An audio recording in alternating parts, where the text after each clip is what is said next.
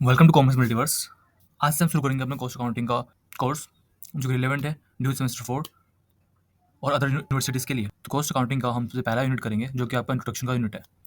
तो सबसे पहले समझते हैं आपका कि कॉस्ट अकाउंटिंग का मीनिंग क्या होता है। जैसे कि आपको पता है कि अकाउंटिंग के अलग अलग ब्रांचेज हैं, उसी में से कॉस्ट अकाउंटिंग भी आपका अकाउंटिंग की एक ब्रांच है। अकाउंटिंग के जो ब्रांचेज है उसमें आपका आता है फाइनेंशियल अकाउंटिंग, मैनेजमेंट अकाउंटिंग और कॉस्ट अकाउंटिंग। फाइनेंशियल अकाउंटिंग आप पहले ही पढ़ चुके होंगे अपने फर्स्ट या सेकंड सेमेस्टर में।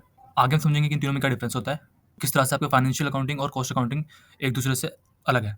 अभी हम समझेंगे आपका कॉस्ट अकाउंटिंग का मीनिंग क्या होता है। तो कॉस्ट अकाउंटिंग एक ब्रांच है अकाउंटिंग की जो डील करती है आपका systematic recording, analysing and control of cost associate with production of goods services in an organisation. तो कॉस्ट अकाउंटिंग भी एक तरह की अकाउंटिंग है जो आपका सीधे-सीधे जो आपका एसोसिएट है आपकी ऑर्गेनाइजेशन या आपको जो भी फर्म उसके अंदर जो भी आपका गुड्स सर्विसेज आप प्रोड्यूस करते हो, तो उससे जुड़ी हुई जितनी भी कॉस्ट होती है, उनको रिकॉर्ड करना, एनालाइज़ करना, उसको कंट्रोल करना और उससे एक यूज़फुल इन्फॉर्मेशन निकाल कर अपने मैनेजमेंट को देना ही कॉस्ट अकाउंटिंग कहलाती है। यानी कि सिंपल टर्म्स में हम कहें तो कॉस्ट अकाउंटिंग आपका जो भी गुड्स और सर्विसेज है, उनकी कॉस्ट को पता लगाना, उनकी क्या कॉस्ट है, किस तरह से वो इनकर हो रही है, उसको रिकॉर्ड करना और उसे कंट्रोल करने के लिए जो आप डिसीजन मेकिंग में हेल्प करने के लिए कॉस्ट अकाउंटिंग का यूज़ किया जाता है। नेक्स्ट हम देखते हैं इसके क्या स्कोप होते हैं और क्या इसके ऑब्जेक्टिव्स हैं। सबसे पहला जो आपका स्कोप है कॉस्ट अकाउंटिंग का वो है कॉस्ट कलेक्शन। तो कॉस्ट कलेक्शन में आप क्या करते हैं, आप रिकॉर्ड करते हैं और कलेक्ट करते हैं डाटा जो भी इनकर्ड होता है आपका, मतलब जो भी कॉस्ट आपकी इनकर्ड होती है और जो भी प्रोडक्शन करने में उस चीज़ को गुड सर्विसेज को प्रोडक्शन करने में जो भी आपकी कॉस्ट होती है उसको आप कलेक्ट करते हो, उसको रिकॉर्ड करते हो। ये आपका पहला इसका स्कोप होता है। दूसरा जो आपका होता है वो होता है कॉस्ट क्लासिफिकेशन। क्योंकि आपकी जब भी आप कोई चीज़ कोई भी गुड्स या सर्विसेज जब आप प्रोड्यूस कर रहे हो तो उससे रिलेटेड कई सारे कॉस्ट होती है। जैसे आपकी फिक्स्ड कॉस्ट होती है, वेरिएबल कॉस्ट होती है, कुछ डायरेक्ट कॉस्ट होती है, इनडायरेक्ट कॉस्ट भी होती है आपकी, अपॉर्चुनिटी कॉस्ट भी होती है, बहुत काफ़ी सारी जो कॉस्ट होती है। तो हम उसको क्लासीफाई करते हैं अलग अलग हेड्स के अकॉर्डिंग। तो वो भी हम आगे पढ़ेंगे अपना क्लासिफिकेशन ऑफ कॉस्ट भी हम आगे देखेंगे अभी। और थर्ड जो है वो आपका कॉस्ट असर्टेनमेंट। तो क्योंकि हमारा जो इसका मेन ऑब्जेक्टिव या मेन स्कोप जो है अकाउंटिंग कॉस्ट अकाउंटिंग का वो यही है कि हम जो है पता लगा पाएँ, डिटरमाइन कर पाएँ कि जो भी हमने प्रोडक्ट या सर्विस बनाई है उसमें जो क्या कॉस्ट हमारी आई है, तो क्या कॉस्ट उसमें हमें हमें पर यूनिट कॉस्ट या फिर टोटल कॉस्ट जो भी है वो हमें उसकी डिटरमाइन करनी पड़ती है, हमें निकालनी पड़ती है। तो ये भी इसका एक स्कोप है। फोर्थ कॉस्ट अकाउंटिंग इसलिए भी की जाती है ताकि आप जो है अपनी कॉस्ट को कंट्रोल कर सकें। जो भी आपने अपना बजट बनाया था, आपकी जो कॉस्ट है वो उसको एक्सीड ना करे। ये भी इसका एक स्कोप होता है। मान लीजिए आपने किसी गुड्स को प्रोड्यूस करने के लिए कुछ आपने 10-20 लाख का बजट बनाया है, तो आप चाहेंगे कि आपकी जो भी कॉस्ट है वो उसके अंदर-अंदर कवर हो, उस बजट के अंदर-अंदर वो उसके कवर हो। जो भी आपका स्टैंडर्ड अमाउंट था, वो उससे ज़्यादा एक्सीड ना करे। फिफ्थ जो है वो आपका है कॉस्ट एनालिसिस।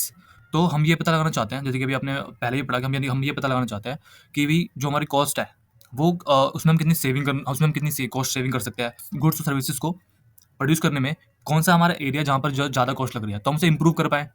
हम चाहेंगे हमारी जो भी अपॉर्चुनिटी कॉस्ट है, कॉस्ट सेविंग्स वो ज़्यादा हो पाए, एफिशिएंसी हमारी बढ़े उस चीज़ में, तो हमें कॉस्ट को एनालाइज़ करना पड़ता है। हमें देखना पड़ता है कि किस गुड्स और सर्विसेज़ को प्रोड्यूस करने पर हमारा वीक पॉइंट कहाँ पर है, कहाँ पर हम ज़्यादा अपना जो है मनी वो लूज़ कर रहे हैं, कहाँ पर हमारी ज़्यादा कॉस्ट जा रही है, जो जो नहीं जानी चाहिए थी। तो कॉस्ट एनालिसिस भी हमारा स्कोप इसमें होता है। नेक्स्ट हम अपना देखते हैं ऑब्जेक्टिव ऑफ कॉस्ट, कि जो कॉस्ट अकाउंटिंग हम करते हैं, वो कॉस्ट अकाउंटिंग करने का जो हमारा ऑब्जेक्टिव है वो क्या है। तो जिसके ऑब्जेक्टिव्स हैं वो थोड़े-थोड़े से जो है स्कोप की तरह आपको लगेंगे, कि दोनों में ज़्यादा डिफरेंस नहीं है। कि जो स्कोप में है वही आपके ऑब्जेक्टिव भी हैं, जो आप करना चाहते हैं कॉस्ट अकाउंटिंग के अंदर। पहला जो आपका ऑब्जेक्टिव है वो है आपका कॉस्ट रिडक्शन। आपको आइडेंटिफाई करना है कि आपके कौन से वो एरियाज़ है जहाँ पर कॉस्ट को जो है आप रिड्यूस कर सकते हो, बिना अफेक्ट करे अपने क्वालिटी और जो भी आपका प्रोडक्ट या सर्विस है, उसकी क्वालिटी को बिना अफेक्ट करे, किस तरह से जो है आप अपनी कॉस्ट को रिड्यूस कर सकते हो। तो उन एरियाज़ को आइडेंटिफाई करना पड़ता है आपको कॉस्ट रिडक्शन के अंदर। ये आपका पहला जो ऑब्जेक्टिव होता है कॉस्ट अकाउंटिंग का। सेकंड आपको वही कॉस्ट कंट्रोल, तो आपको इंश्योर करना पड़ता है कि जो भी आपकी कॉस्ट है वो मेंटेन रहे और जो है वो एक जो भी आपने लिमिट सेट की थी, उस लिमिट के वो अंदर ही रहे। उससे ज़्यादा उसमें डेविएशन ना आए, ज़्यादा वो ऊपर-नीचे कॉस्ट जो है वो आपकी ना जाए। थोड़ा आपका कॉस्ट कॉस्ट असर्टेनमेंट, यानी आपको फिर से डिटरमाइन करना पड़ता है कि आपकी टोटल कॉस्ट क्या है, एवरेज कॉस्ट क्या है, मार्जिनल कॉस्ट, अलग-अलग तरह की कॉस्ट आपकी क्या है, आपको वो पता लगाना है। तो आपको उसको डिटरमाइन करना है, तो ये भी आपका एक ऑब्जेक्टिव होता है कॉस्ट अकाउंटिंग करने का। अब क्योंकि आपने जो है अपनी कॉस्ट को एनालाइज़ किया है, आपने उसको असर्टेन किया है, तो ये आपको हेल्प करती है, जो भी आपको प्रॉफिट प्लानिंग है या जो भी आपकी डिसीजन मेकिंग में मैनेजमेंट को काफ़ी ज़्यादा हेल्प करती है कि वो अपनी आगे जो भी प्लानिंग करेगी प्रॉफिट को लेकर या प्रोडक्ट को लेकर, उसके और डेवलपमेंट में लेकर, तो वो उसमें काफ़ी हेल्प करती है आपका। फिफ्थ जो है वो है आपका फैसिलिटेट प्राइसिंग डिसीजन। तो जब आपको अपने प्रोडक्ट की सर्विसेज की कॉस्ट पता है और आपको मार्केट कंडीशंस भी पता है, तो आप इजीली जो है अपने प्रोडक्ट की प्राइस जो है वो डिटरमाइन कर सकते हैं कि क्योंकि जो आपके प्राइस होगा उसमें आप अपना प्रॉफिट मार्जिन भी ऐड करेंगे, तो आप उसी के हिसाब से करेंगे जब आपको अपनी कॉस्ट पता होगी। अगर आपको अपनी कॉस्ट ही नहीं मालूम तो प्रोडक्ट का प्राइस डिटरमाइन करने में आपको काफ़ी ज़्यादा प्रॉब्लम्स आ सकती हैं। तो इस प्रॉब्लम्स को भी हटाने के लिए जो कॉस्ट अकाउंटिंग काफ़ी ज़्यादा आपकी हेल्प करती है। तो ये हमने पढ़ा आपका कॉस्ट अकाउंटिंग की मीनिंग, स्कोप एंड ऑब्जेक्टिव्स।